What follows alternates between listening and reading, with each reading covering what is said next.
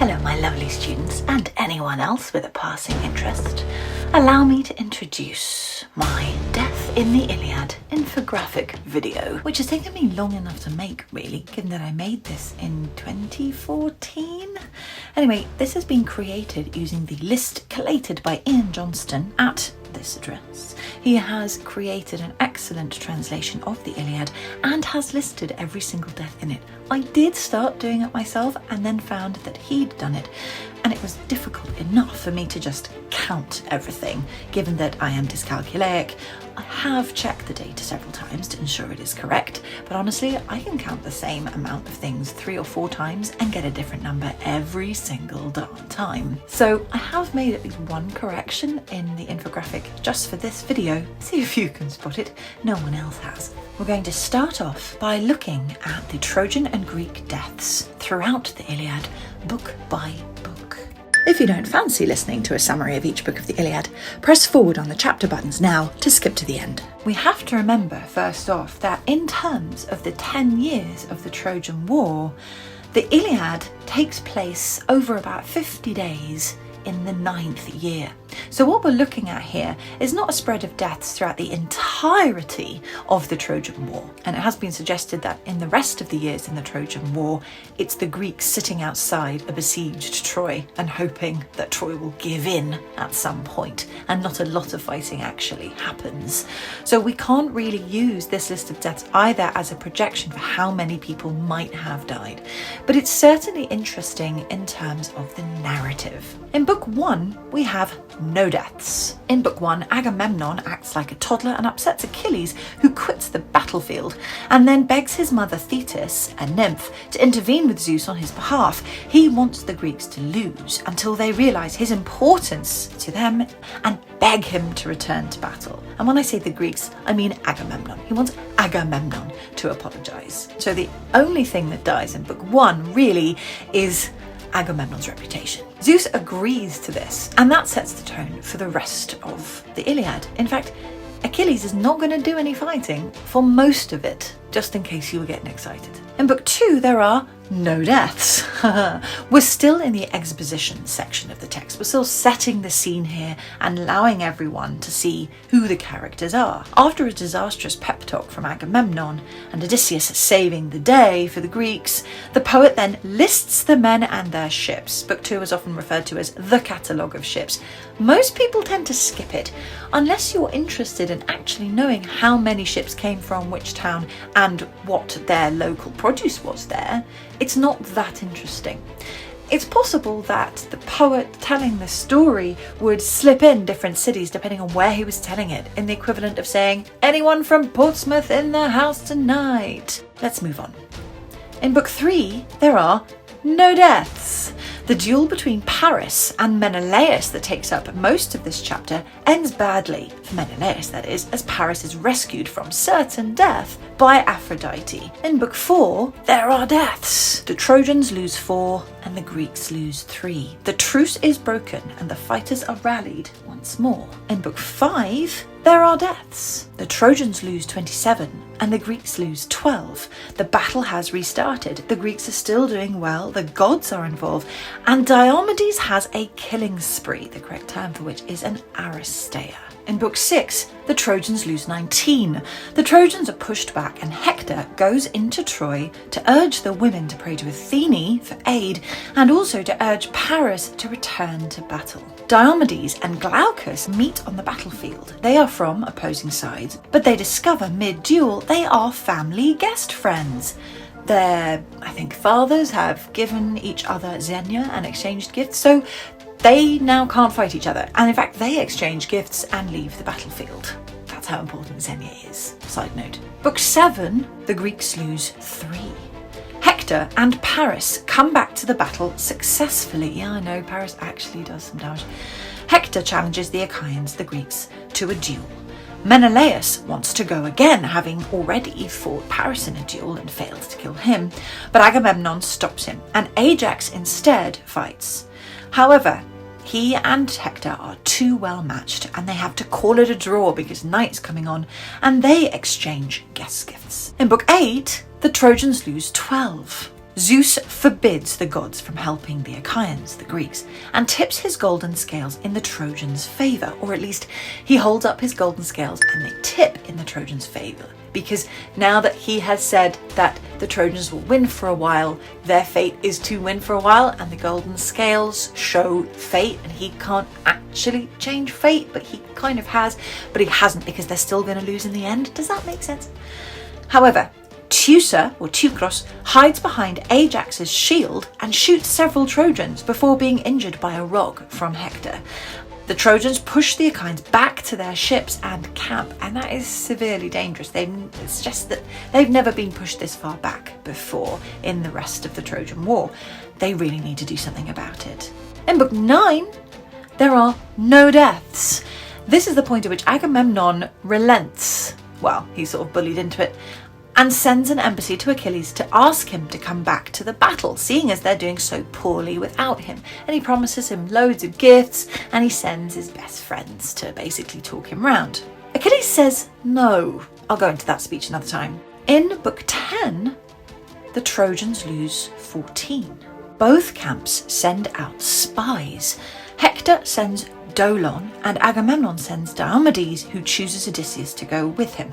This whole chapter takes place at night, so isn't it surprising there's so many deaths? Dolon is caught by Odysseus and Diomedes, and they get his information and then kill him. And then Diomedes and Odysseus go into the Thracian camp. Thanks Dolon for that tidbit of information. They get information from a chap called Rhesus.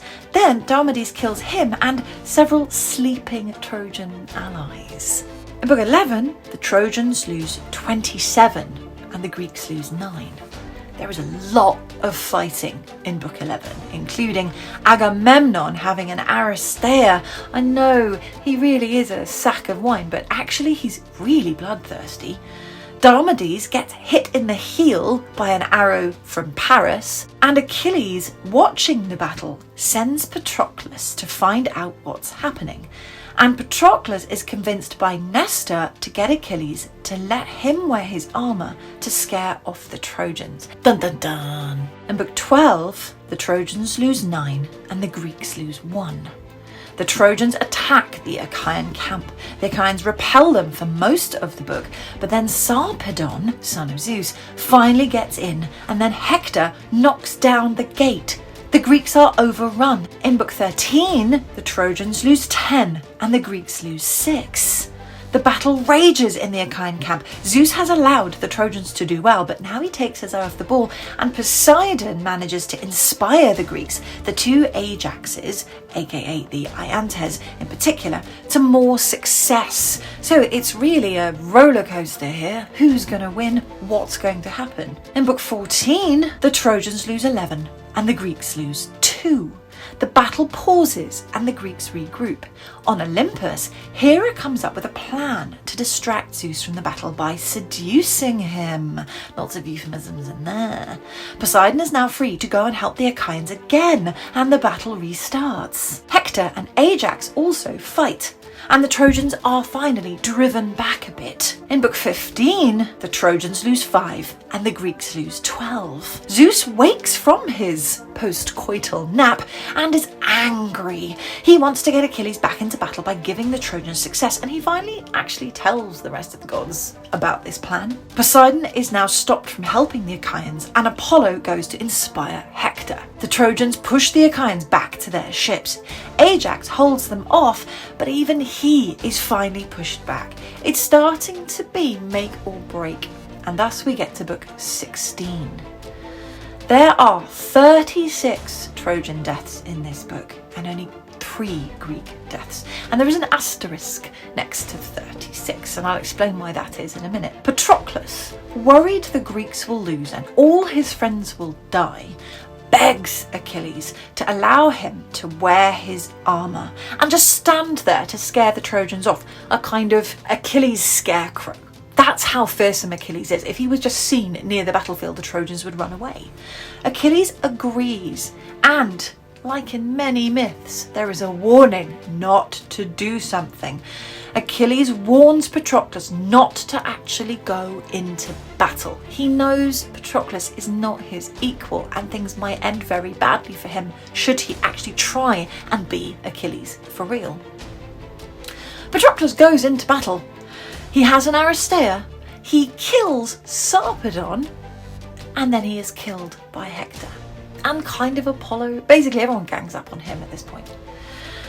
However, the asterisk. Patroclus kills, in a blink and miss it reference, an additional 27 unnamed Trojans just before Hector kills him. As they are unnamed, and it's pretty unusual to have unnamed kills in the text, this detail may have been added later for extra badassery. If you want to count it, make it Trojans lose 63, I think. Someone check my maths. In Book 17, there are 5 Trojan deaths and 3 Greek deaths. The Achaeans fight to protect Patroclus' body from the Trojans. Hector, however, has stripped Patroclus' body. He now has Achilles' armour. In one fell swoop, Achilles has lost his best friend and lover and the armour that would allow him to go back into battle and get revenge. In Book 18, there are no deaths. However, Achilles is told of Patroclus' death and he falls into a deep and passionate grief, and they are frankly worried that he might commit suicide. His passion is so alarming, and his cries bring his mother Thetis to him from her life in the sea. He is now determined to fight, particularly to get revenge on Hector. He's very much changed his tune. The death of your best friend and lover will probably do that. Thetis then goes to Hephaestus, who owes her a favour, to get him to make new armour for her son Achilles. He's got nothing to wear. And even though Thetis has never really been keen on her son going into battle in the first place, he's now made his choice. He had 2 choices. He's either going to stay at home and have a long, peaceful life and die unknown, or he has a short, brutal life and dies the most glorious and well-known hero of all the Greeks, all the Achaeans. So she's going to help him achieve his dream. In Book 19, there are no deaths. Thetis arrives with new divine armour from Achilles, and everyone is a little bit scared to look at it. The Achaeans also have an assembly, and Agamemnon and Achilles publicly put aside their differences, with Achilles accepting Agamemnon's gifts, and of course Agamemnon taking all the credit for getting him round in the first place. Achilles wants to go right now, but Odysseus convinces him to at least let the men eat if you're not going to. In Book 20, there are deaths. There are 14 Trojan deaths. The gods watch as the battle starts again, preparing to make sure Achilles doesn't take Troy on his own. They're quite seriously worried that that dude will cut his way through the Trojans and just run up the wall. He's so passionate. I mean, Patroclus was trying to run up the walls of Troy. Achilles spends most of the battle hunting for Hector and just cutting down anyone who gets in his way. He's not really trying to make a body count here, and hence why it's comparatively low to the Aristeia that Patroclus had in Book 16. In Book 21, there are 9 Trojan deaths. Achilles continues killing. He gets so bored of killing, he starts taking prisoners alive. He fills the river Xanthus with so many bodies that the river appears to Achilles to ask him to stop. Achilles says no. Xanthos calls on Apollo to help him, then starts throwing corpses out and actually saving Trojans. Achilles then fights the river. Hera intervenes, saving Achilles. The gods then fight among themselves, and Priam calls for the gates of Troy to be opened so that the Trojans can escape to safety while all this is happening, and Apollo distracts Achilles long enough for them to do so. Book 22, there is 1 Trojan death. You might be able to guess who it is. Hector is the only Trojan left outside Troy's walls. Achilles has realised Apollo has distracted him and finally turns and finds that Hector is waiting for him. Priam and Hecabe stand on the walls imploring Hector to flee back to Troy and not do this. His mother even holds out her breast and reminds him of when he suckled from it as a baby. Is he going to allow his mother to watch him die? But Hector refuses. The eidos, the shame of that would be too much, and he thinks he can talk Achilles down like a rational human being. Hector then realises he can't talk Achilles down because no, he's not a rational human being, and in an incredibly human and identifiable moment, Hector just runs. and Achilles chases Hector round Troy 3 times before Athene, wanting to just help him end it, pretends to be Deiphobus, Hector's brother, and promises Hector that she'll fight with him. Hector then, thinking Deiphobus is with him, faces Achilles. They duel, and Hector dies. Achilles then drags Hector's body round Troy. In the very famous moment, he drags the poor body round Troy in front of Hector's parents, his wife, the rest of the Trojans who've been watching. That's not really the done thing, by the way. In book 23, there are no deaths.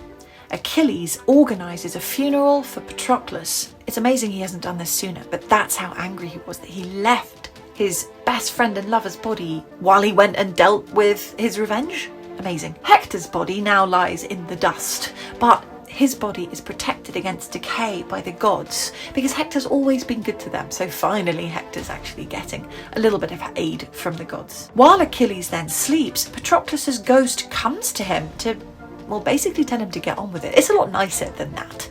And the funeral then goes ahead, with the Achaeans then competing in funeral games, which gives the Iliad a much needed bit of quiet time, really, and is almost funny. And finally, in book 24, there are no deaths.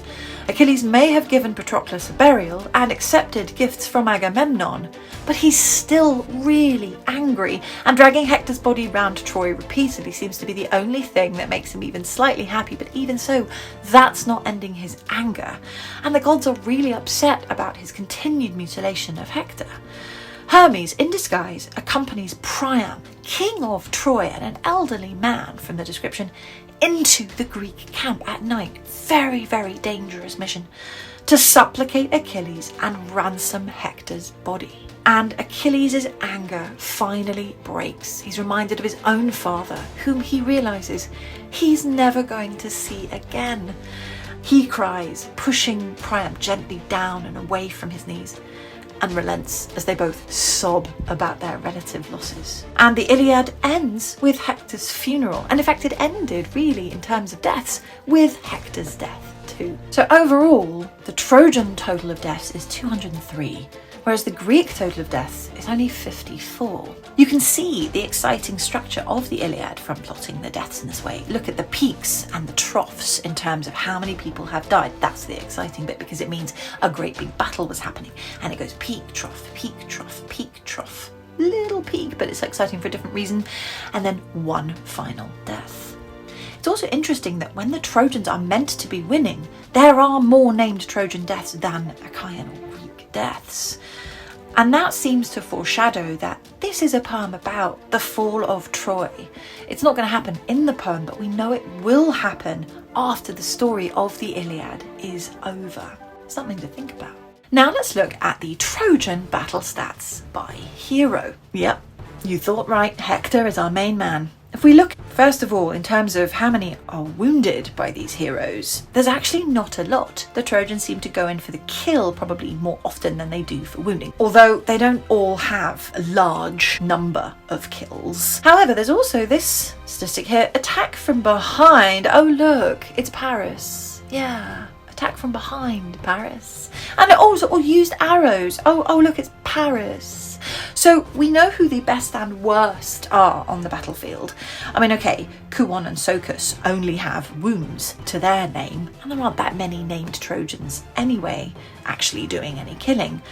But if we compare Hector to his brother Paris, Hector has many good kills and 1 wounding, whereas Paris has 1 kill, some wounding, some attack from behind, and using arrows. So we know who the worst really is.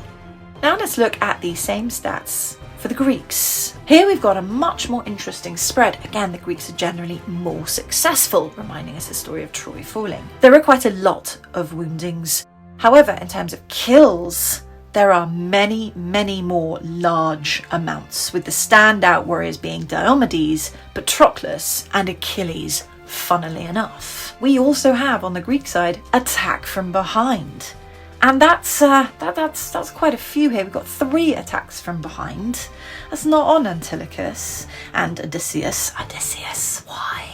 And Menelaus too. I mean, we've also got used arrows, and I brought his name up before. Teucer is the main man here for using arrows, and he was hiding behind Ajax's shield at the time too. But also we've got one from Meriones. However, victim was asleep at the time. Diomedes, man. You let yourself down. Diomedes is very much an underrated Greek warrior, but no one needs that, man. Come on. Now I like to look at the uses of weapons. Now these are again named uses only. Some weapons are not named specifically when someone is killed. The most popular weapon overall is of course the spear. But there are also swords. If you have a sword, it means generally you are rich because you can afford to have one. There are also, as I said before, arrows. I have such issues with a bow and arrow being used on the battlefield. We know from Mycenaean sources that it was a hunting weapon, not actually a weapon used by decent heroes. I mean, how's that gonna give anyone kudos and a glorious death if they just sort of keel over because someone shot from behind? Surprise contender, the humble rock. There are 100 named spear uses. There are 19 named sword uses. There are 15 named arrow uses, and they're mostly from one person. But there are at least 10 named rock uses, and most of those usages end in quite a fantastically bad injury or actual death from rock. Death by rock, that's proper hand-to-hand combat, you can't argue with that. Now let's look at the top 3 grimmest deaths. This was as voted for by my class of 2014, and given we weren't actually reading every single chapter of the Iliad, but they did spend some time choosing these. And number 3, Lycon, a Greek, gets a sword in the neck. Nothing held but a piece of skin, and from that Lycon's head dangled down. He is killed by Peneleus in book 16, and that's a very nearly headless Nick moment. And number 2, we have Cebriones, a Trojan, who gets a rock to the head. The sharp stone caught Hector's charioteer on the forehead. It shattered both his eyebrows, crushing the bone, and his eyes fell out and rolled in the dust at his feet. I'm not laughing, I promise, although I am kind of, because that is comical. They clearly didn't know that eyes can't actually do that. This is one of Patroclus's deaths in his Aristeia in book 16. And yeah, okay, I am laughing. It's the reason why my sadly recently departed history teacher, Mr. Levison, apparently used to get me to read out the gory bits, because as he told my parents at parents' evening, I love the way her eyes light up. Thank you, Mr. Levison. Rest in peace. And at number 1, Erymas, a Trojan, gets a spear in the mouth. The metal point of the spear penetrated under his brain and smashed the white jawbones. His teeth were knocked out, both his eyes filled with blood, and gasping for breath, he blew blood through his mouth and nostrils. That's a kill by Idomeneus, again in book 16. Wow, Homer. Wow. Clearly, the audience of the ancient poets were just as interested in detailed gory deaths as we are now. It's a shock fest. It truly is. Moving on from the grimmest deaths, let's look at methods Homer uses to create emotional responses aside from outright gore. Similes are the go-to weapon of language here. Homer allows his non-veteran audience to visualize the events of battle without having been there and seen it for themselves. So we have similes like, he fell out of the well-built chariot like a diver. That's something they can identify with and picture. Or like a pair of mountain lions, each as fearless and hungry as each other, disputing the body of a stag. These two heroes fought over a body. Mountain lions seem to have been quite a problem in ancient Greece, judging by the number of similes about them. So again, this is going to allow Homer's, or the other rhapsodes, audience of mostly farmers and shepherds, a way of identifying with and visualizing the battle scenes. Euphemisms. These are more glorious, appropriate descriptions of a hero's death, such as, life swiftly left his limbs and hateful darkness enfolded him, or death enveloped his eyes and cut short his breath, personifying death, Thanatos, as coming and taking over that hero. It's much nicer than going, and then he died. Much more poetic and much more heroic. There is also the invocation of the muse and the use of apostrophe. These are both ways of focusing the audience on a particular moment or upcoming scene by stopping and imploring, "Tell me now, O muses that live on Olympus, how the Greek ships were first set alight." The poet is raising the tension of his audience by suggesting that the gods are about to come down and help him remember this. It's also a way of saying, listen up guys, this is a really good bit. And apostrophe, I know it's a little thingy that hangs down and before an S and suggests that words have been missed out, but to apostrophize someone is to talk to them as a character directly, even though you're not there. Who was the first man? Who the last? To fall to you, Patroclus, as an example of apostrophe. And it makes the audience feel like they're there too. And we also have outright pathos. We have revealing details of those about to die, which allows the audience to feel closer to them and sadder when they do imminently die seconds later. For example, he had at one time been ruler of prosperous Budeon. And now he's dead. Don't you feel bad about that? Or foreshadowing their deaths, giving us the pathos of dramatic irony. So and so, as the gods summoned you to your death, which you did not know about, off you went. We know they're about to die. They don't know about to die. Now, let's look at my favourite bit, the standout performances in battle. The Badass Award goes to Patroclus for most kills in one book. He has an Aristeia in book 16. He also kills Sarpedon, son of Zeus, and takes 3 opponents to bring him down, including Apollo and Hector, and some other guy on his first day of battle. I don't remember his name. And as I said before, there's another 27 Trojans that could be added but are unnamed. 3 times he attacked and 3 times killed 9 men. Oh god, stop doing maths. This is pretty much badass emphasis, so he definitely wins that award. Next, we have most consistent Achilles. He has 24 kills, no wounded between books 20 to 21, all with spear or sword. He's very focused by that point. However, there's most overlooked as well, and that title goes to Diomedes. When Achilles isn't fighting, is the best fighter on the battlefield. He has 35 kills over the whole text and only 3 wounded, including honourable mentions. He wounds Aeneas, a son of Aphrodite, who goes on to have a sequel of his own. He also wounds Ares, the god of war, and Aphrodite, the goddess of love, because he just can't stop. However, 13 of this 35 are asleep and in the dark, and that takes him down a peg or 2. The runner-up for most overlooked, of course, is Hector with 30 kills, with Ares' help for 8. Most bloodthirsty is, surprisingly, Agamemnon. During his Aristeia in book 11, he gets 1 time spear in head, and there is a brain spillage, 2 times spear in chest, 1 time spear in arm, 2 times sword in head and neck, 1 times sword used to cut off head and arms. What? And 1 time spear in the side, and then he cuts off the head. I mean, come on, man. You're a sack of wine the rest of the time. You are useless, and you take credit for everyone else's kills. But you... I don't know what to say.